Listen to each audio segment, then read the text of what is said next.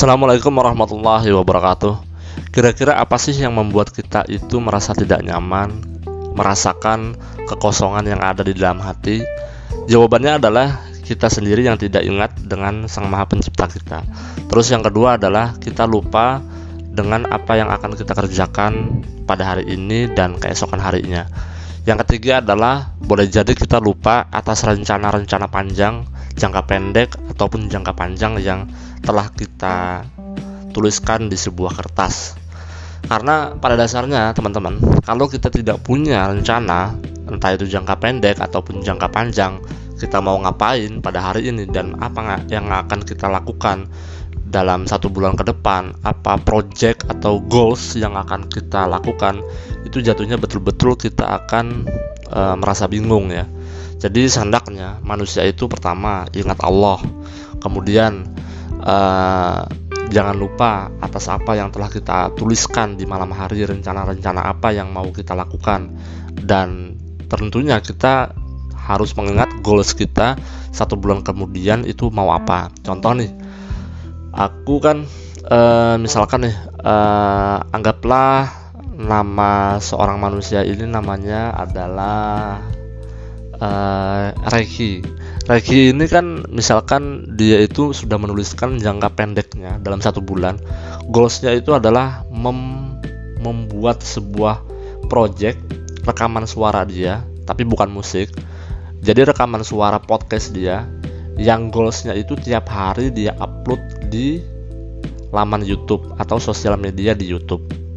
Nah itu bisa aja, itu goalsnya yang paling dalam 1 bulan. Goals panjangnya dalam 3 bulan itu adalah dia berhasil mendapatkan views yang sebanyak-banyaknya dan tontonan orang itu yang ada di jagat sosial media itu melihat dan mendengarkan podcastnya dia.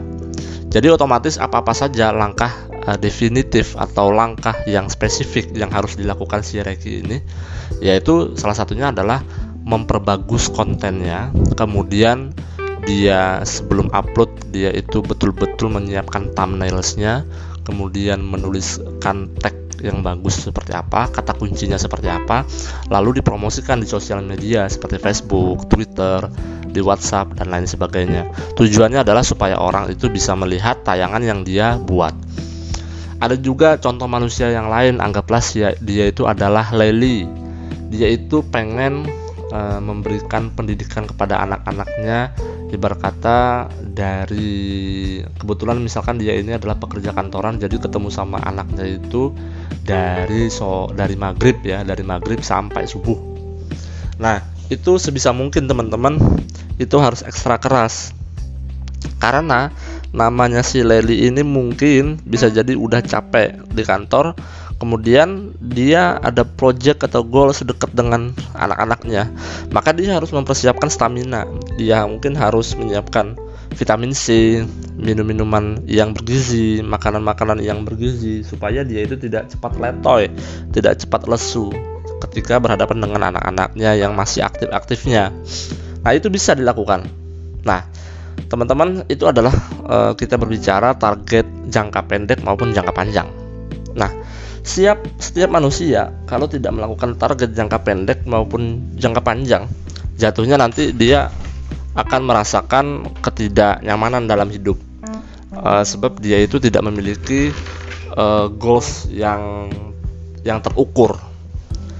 Padahal aku melihat di seminar-seminar maupun ceramah-ceramah, manusia itu pasti memiliki tujuan dan lebih baik itu semuanya dicatat.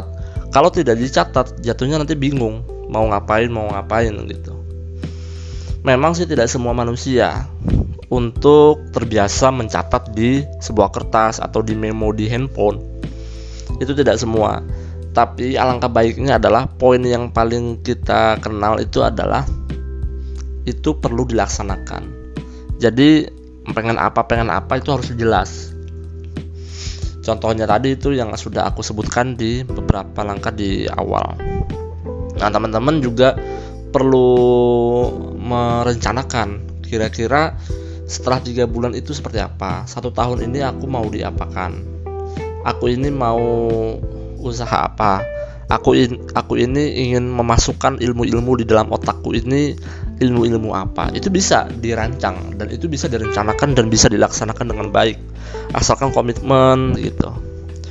Karena setiap kebiasaan manusia, kalau itu terus diulang-ulang, itu akan menjadi kebiasaan dan walhasil bisa menjadi seorang ekspertis atau seorang yang ahli dalam bidang tersebut. Nah, untuk menanamkan yang ada di dalam otak kita itu apa-apa saja, itu bisa dengan cara membaca, bisa mengikuti seminar. Karena dengan cara kita mengikuti seminar, baca buku, baca artikel, baca jurnal ilmiah, itu kita di dalam otak kita ini akan banyak sekali ilmu-ilmunya, dan itu akan menambah kualitas kita dalam berbicara atau berdiskusi dengan siapapun, dengan segmen siapapun begitu teman-teman. Itu saja yang mau aku sampaikan. Jangan lupa subscribe, aktifkan notifikasi loncengnya, like dan share ke teman-teman kalian jikalau kalian merasa manfaat dalam podcast video ini. Wassalamualaikum warahmatullahi wabarakatuh.